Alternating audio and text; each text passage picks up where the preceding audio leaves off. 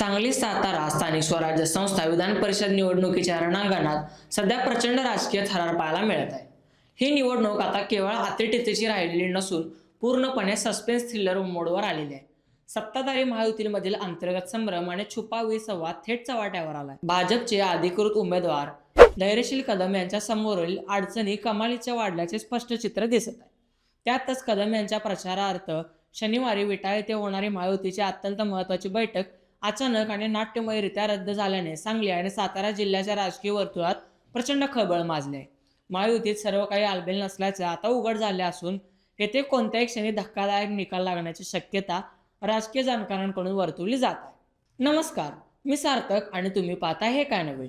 सांगली सातारातील राजकीय घडामोडींमधील नाटकीय पातळीवर रंजक स्थितीत पोहोचले आहे। धैर्यशील कदम यांच्या प्रचाराची रणनीती आखण्यासाठी भाजपचे प्रदेशाध्यक्ष रवींद्र चव्हाण यांच्या उपस्थितीत विटाळ येथील तासगाव रस्त्यावरील एका मंगल कार्यालयात शनिवारी विशेष बैठक बोलवण्यात आली होती। या बैठकीला शिंदे सेनेचे आमदार सुहास बाबर यांचे समर्थक, नगरसेवक, पदाधिकारी आणि कार्यकर्त्यांना उपस्थित राहण्याचे निरोप अधिकृतपणे धाडण्यात आले होते। खानापूर आणि विट्यातील शिंदेच्या सर्व नगरसेवकांना तसे सांगण्यातही आले होते।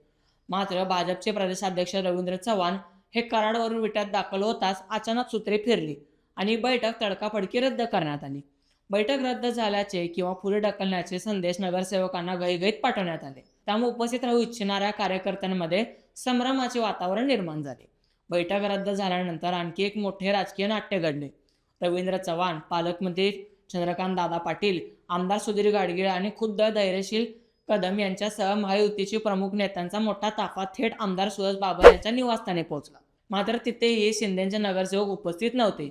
ही बाब राजकीय वर्तुळात कमालीची संशयास्पद मानली जात आहे। या बंद दाराआड झालेल्या बैठकीत सुहास बाबर यांच्यासोबत भाजप नेत्यांचे खलबत्ते आणि चर्चा तर झालीच, परंतु हक्काची व हक्काच्या कार्यकर्त्यांची बैठक नेमकी का रद्द करावी लागली याचं ठोस कारण मात्र उद्यापही गुलदस्त्यात आहे। विश्वसनीय सूत्रांनुसार शिंदे सेनेचे नेते आणि मंत्री शंभूराज देसाई यांच्याशी सविस्तर चर्चा झाल्यानंतरच या मतदारसंघातील पुढील रणनीती आणि निर्णय स्पष्ट होणार असल्याचे वृत्त आहे। म्हणजेच महायुतीमधील अंतर्गत गटबाजीचा तिढा उद्याप सुटलेला नाही। महायुतीची डोकेदुखी एवढ्यावरच थांबत नाही, कारण दुसरीकडे अजितदादा पवार यांची राष्ट्रवादी काँग्रेस पक्षाची भूमिकाही अद्याप धोक्यातच आहे। सांगली आणि सातारा जिल्ह्यामध्ये अजितदादा गटाकडे अत्यंत निर्णायक अशा मतांची बँक आहे। त्यामुळे मंत्री मकरंद पाटील नेमकी काय भूमिका घेतात आणि आपले पत्ते कधी उघड करतात यावरच या निवडणुकीचे संपूर्ण गणित अवलंबून असणार आहे। मकरंद पाटील यांची शांतता महायुतीसाठी चिंतेची बाब ठरू शकते।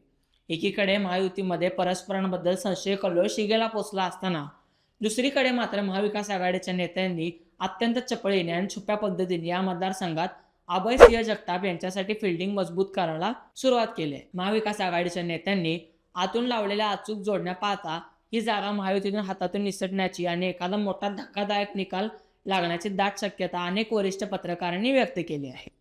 या निवडणुकीचा सस्पेन्स आणि गांभीर्य इतके मोठे आहे की जर या जागेचा निकाल महायुतीच्या विरोधात गेला तर त्याचे तीव्र पडसाद आगामी काळात होणाऱ्या पदवीधर आणि शिक्षक मतदारसंघाच्या निवडणुकींवरही उमटल्याशिवाय राहणार नाही। त्यामुळे ही निवडणूक केवळ एका जागेपुरती मर्यादित नसून पश्चिम महाराष्ट्रातील आगामी राजकीय सत्तेची दिशा ठरवणारी आहे।